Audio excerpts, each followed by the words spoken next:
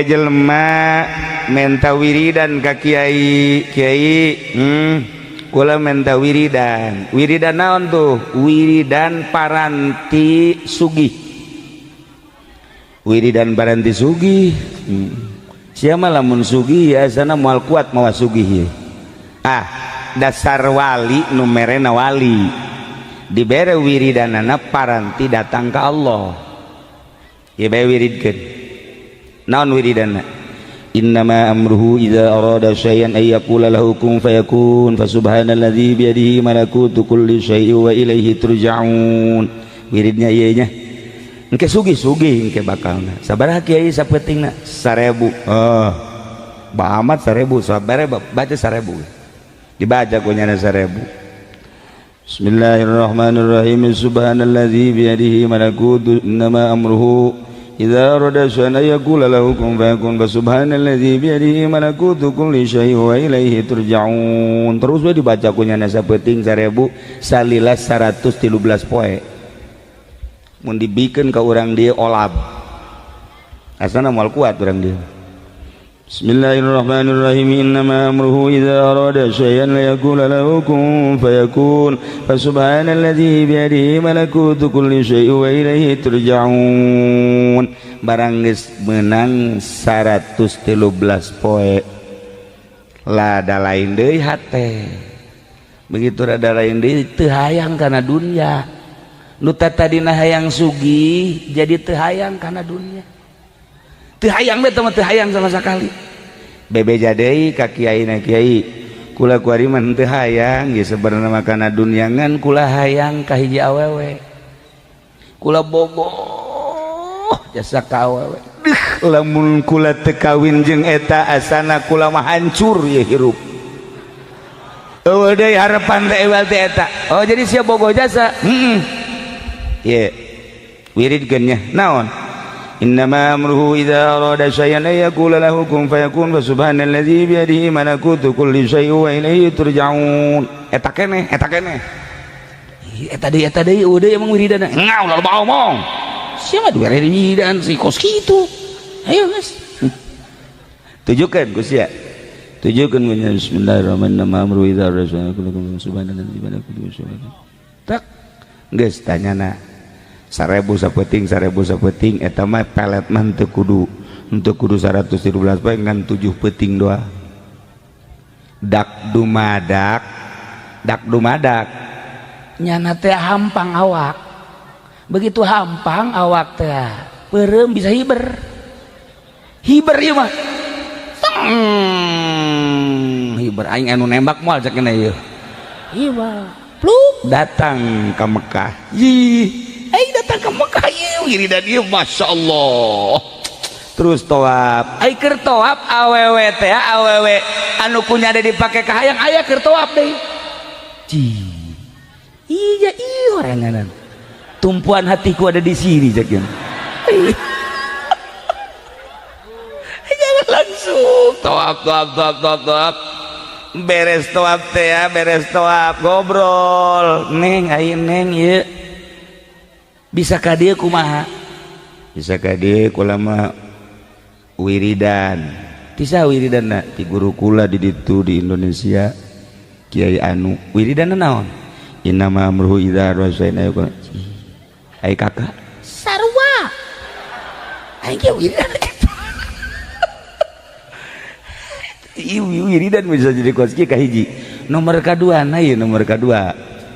apan kakak teh ieu sebenarnya mah bogoh jasa ka neng dibere wiridanana eta sarua tah dibere innama amruhu idza arada syai'an yaqulu kun fayakun deui jadi kakak teh pan bogoh ka neng dititangga wiridana eta pugu kula ge bogoh ka kakak aju dibere na wiridan eta aju geus ieu kudu kumaha tuh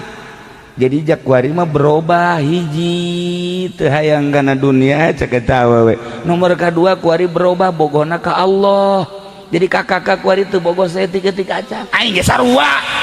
cek nya sia di hareupeun aing so amat aing ge sarua jadi teu bogoh ka sia bogohna ka Allah oh haraj asapan eta wiridan nu tadina hayang bogoh ka manusia digilekeun ku ahli Allah ba jadi resep ka Allah masyaallah oh hara gas caritana manehanana langsung bae ibadah sanggeus ibadah balik. Ieu mah carita lain orang Indonesia, carita orang Baghdad. Barang datang ke Baghdad mau tidak mau ku kolotna ditikahkeun. Sia aja geus aya umur pan masantren geus lila. Aing nyaho ilmu sia geus rada ayaan, alhamdulillah aing boga anak boga ilmu sia. Aing nyaho bahwa sia teh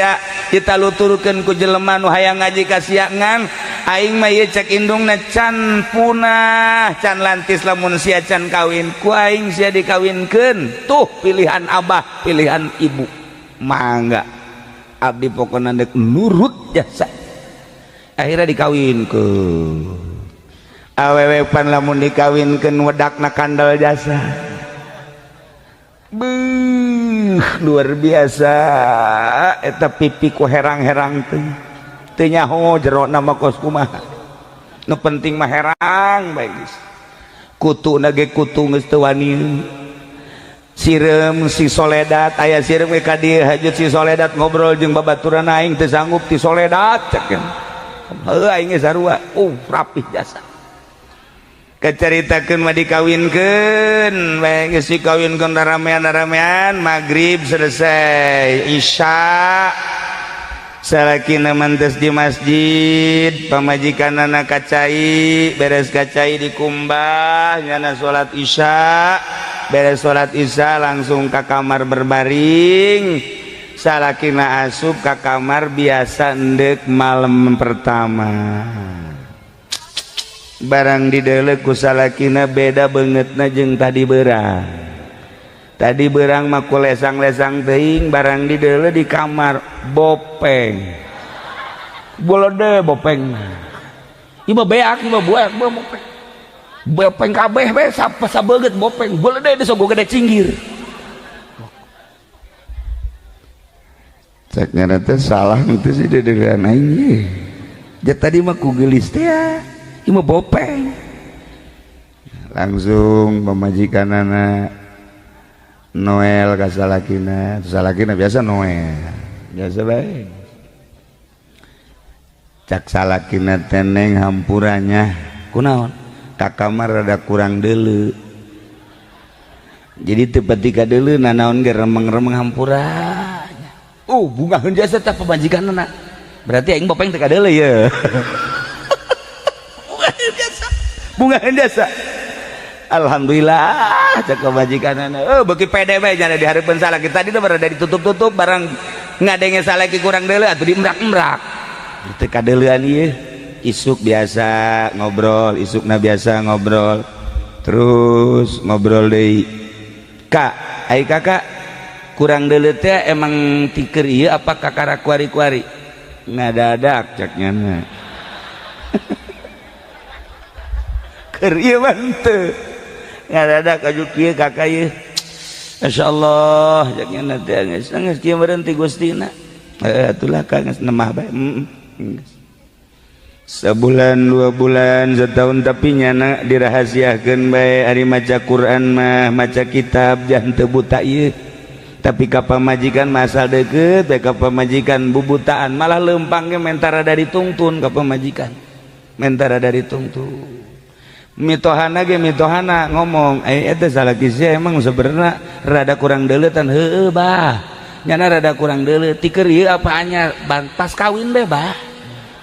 kurang deuleu teu ka deuleu atuh sia bopeng sia teu ka deuleu can nyorang neuleu ka kula ge encan nyorang nyana ngomong-ngomong teu beungeut bopeng berarti teu ka deuleu bah ieu salamet ieu anak abah cek nyana salamet geus bae terus datang ke boga anak 1, 2, 3, 4 loba anakan tapi tetep bopeng tinggal bopeng tetep anakan geus loba. Nah nu jadi masalah kunaon ieu lalaki diangkat ku Gusti Allah nu tadina sakadar ahli ibadah naik jadi pangkat sholihin begitu terus manehanana nutupan ka pamajikanana diangkat deui jadi wali Allah ulah sambarangan eta teh ngabungakeun pamajikan lain kudu ku duit ngabungakeun pamajikan teh lain kudu dibantuan ku tanaga ieu tah nutupan ka izin pamajikan ti kawin datang ka anak baranakan nyana tetep bae ngakuna kurang deuleu ku sebab nyana mipindingan ka izin pamajikan haju ditutupan ku salakina diangkat jadi wali Allah. Beuh eta pohara jasa kuat jasa eta santri kasep aya di nyana, gagah aya di nyana, pinter aya di nyana, boga pamajikan bopeng tetep bae cek nyana lah ieu geus nasib ti Gusti Allah ndek dipimpiningan bae dek ditutupan diangkat jadi wali. Tah lamun ente yang jadi wali kawin ka nu jore asana ieu saminggu ge ditolak ku sia eta nutupan pamajikan lain lalagaan. Ya Allah ya Rabbi ditaekeun deui ku Gusti Allah, taekeun deui ku Gusti Allah. Bahkan indung bapa nama nyarita sia eta boga pamajikan betah alhamdulillah bah aja ieu moal dikukukeun moal ditanya moal hayang kawin jeung nu sejen moal bah kunaon emang kieu bah lantaran ieu kula mah hirup di dunia teh moal kebal jasa abah ibu kula moal karebal isuk pageto bakal balik ke Allah nu dipikiran teh engke lain kuari lah sapira dunia kunaon eta bisa kos kitu hatena bersih jasa datang ke pamajikan gitu nyahoeun tah bahwa salaki teh asli dapat teu kurang deuleu teu nyahoeun lantaran mipindingan pamajikan diangkat jadi wali. Ya Allah ya Rabbi tuh lamun urang nyaritakeun dongeng-dongeng kos kitu tah nya babari orang jadi wali itu babari mun urang pamajikan kebenaran hideung ulah disebutkeun hideung ulah urang dikawinkeun menang kolot ieu pamajikan urang hideung sarua jeung kasrol lah kira-kira gitu teh hideung tetep bae urang teh ka pamajikan beus ya ku putih-putih teuing geus ngomong dua ka mah kos kitu bang. Emi pindingan ya Allah ya Rabbi Karim